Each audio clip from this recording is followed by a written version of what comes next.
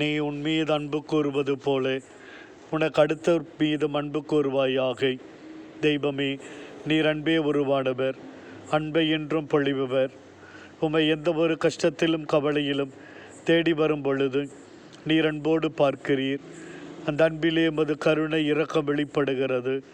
மது அன்பு உம்மை நாடி வருகின்ற ஒவ்வொருவரின் துயரத்தை போக்கியது, நோய்களை சுகப்படுத்தியது, பேய்களை ஓட்டியது, இனிய சொல் கூறியது, நான் உன்னை என்றும் கைவிடவே மாட்டேன் என்ற நம்பிக்கையை தந்தது, மது மன்னிப்பு நிச்சயம் உண்டு என்ற உறுதியை கொடுத்தது, பயத்தையும் மற்ற உணர்வுகளையும் அகற்றியது, சோர்வை தளர்வுகளை போக்கி நம்பிக்கையை தந்தது.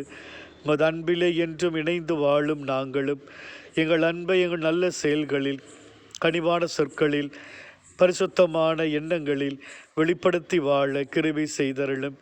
இந்த தவக்காலம் எங்களின் ஆன்மீக வழிபாடுகளை முன்னிறுத்தி அந்த ஆன்மீக வழிபாடுகள் ஒவ்வொன்றுமே அனுதினமான உதவிகரமான காரியங்களில் வெளிப்பட எங்களுக்கு வழிகாட்டும்.